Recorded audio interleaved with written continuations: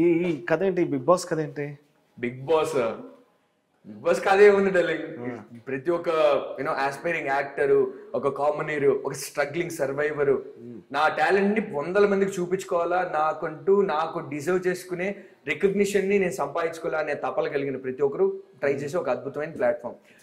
Cinema ఉందా, సినిమాలో నేను నటించి సినిమా జనాల దగ్గరికి పోయి జనాలు నన్ను గుర్తుపట్టి నాకు గుర్తింపునిచ్చి తర్వాత ఏదైనా పెద్ద పాత్రలు వచ్చి ఆ పెద్ద పాత్రల తర్వాత ఒక సినిమా ఆపర్చునిటీ వచ్చి ఆ సినిమాలో నేను హీరోగా చేసి దాన్ని సరిగ్గా ప్రమోషన్స్ చేసిన తర్వాత సరిగ్గా ఈ కథ నచ్చి తర్వాత వాళ్ళు నాకు గుర్తింపు కీర్తినిస్తే అప్పటికి నాకంటూ ఒక పేరు వస్తుంది. రోహన్ సూర్య కనుమరెడ్డి, అబ్బా ఈ అబ్బి సేద్యం చేసుకుంటున్నాడు, ఈ అబ్బి సక్రమంగా సభ్యత సంస్కారంతో మెదుగుతున్నాడు, సినిమాల్లో బాగుండాడు, ఎంత ఎదిగిన అహంకారం, ఈర్ష్య, కోపం, ద్వేషం, పగలు ప్రతీకాలు, కుతంత్రాలు ఏమి లేకుండా స్వచ్ఛంగా ప్రశాంతంగా ఉండాడు అని అప్పుడు గుర్తుపడతారు. బట్ బిగ్ బాస్ కాసుకొని కూర్చోంటారు, ఇట్లా చూస్తూ ఉంటారు.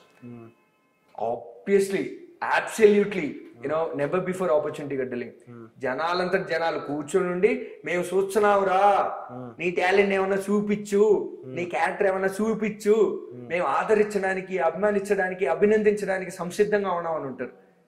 సో ఆబ్వియస్లీ డార్లింగ్, ఇప్పుడు నేను యాక్టర్ అవ్వాలా, ఒక మంచి హ్యూమన్ అవ్వాలా, గుర్తింపు, అటెన్షన్ అనేది, కాన్సన్ట్రేషన్ అనేది మనకు, నీకు, నాకు, ప్రతి ఒక్కరు కోరుకునేది, అందరు కోరుకునేది.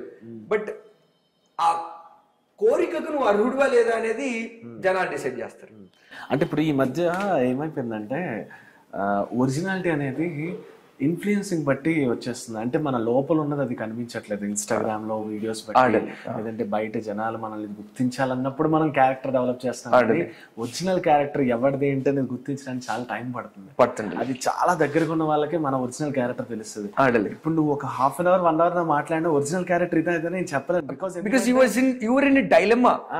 ఇది అలవాటు అయిపోయింది జనాలకి. నువ్వు సోషల్ మీడియాలో ఏం చూపిస్తున్నావు, వీడియోలో ఏం చూపిస్తున్నావు, నువ్వు ఎలా మాట్లాడుతున్నావు, ఇది నీ ఒరిజినల్ క్యారెక్టర్ లేదా, ఇది ఇక్కడ ప్లే చేస్తున్నావు, ఇది కూడా యాక్టింగ్ అయిపోయింది. బయట కూడా మనం యాక్టింగ్ లోనే బతుకుతున్నాం కదా.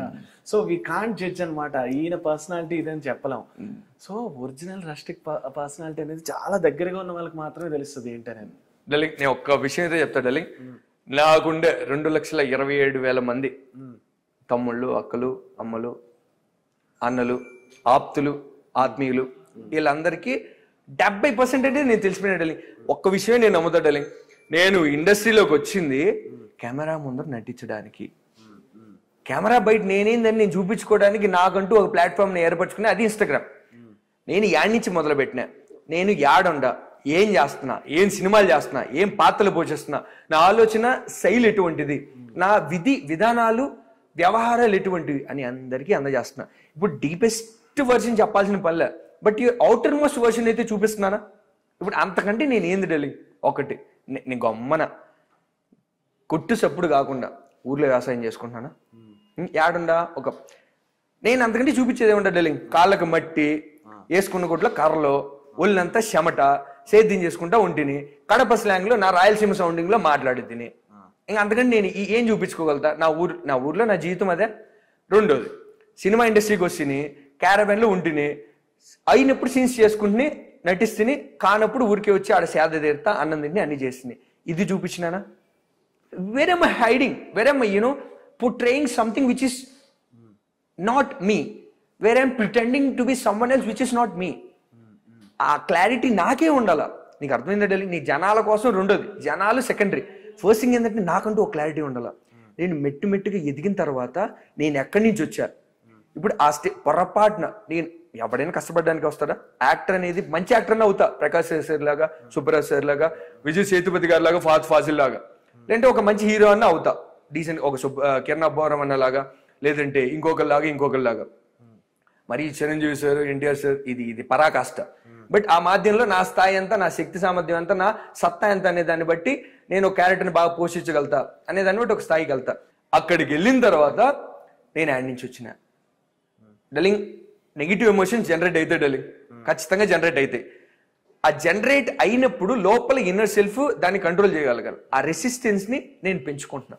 నేను యాడ్ నుంచి వచ్చిన నాకు నేను గుర్తు చేసుకుంటున్నా, మా నాయన నేను ఇంత కష్టాలు పడి పైకి వచ్చినాము, మా అమ్మకు ఎట్లా ఉండదు, నేను ఇంత కష్టపడతా, ఒక్కొక్క సినిమాకు ఒక్కొక్క ఒక్కొక్క కథ ఏర్పరచుకున్నా, తర్వాత ఇటు నేను పోషించిన నా జర్నీ నాకు గుర్తుండేటట్టు ఒక బుక్ లాగా నేను చేసుకుంటున్నా, ఇది ఒక జర్నల్ లాగా. సో తర్వాత ఫ్యూచర్లో ఎప్పుడన్నా నా లోపల నెగిటివ్ ఎమోషన్స్ జనరేట్ అయినప్పుడు నాకే గుర్తు చేస్తుంది కదా, నువ్వు యాడ్ నుంచి వచ్చినవరా, ఇప్పుడు యాడ్ ఇప్పుడు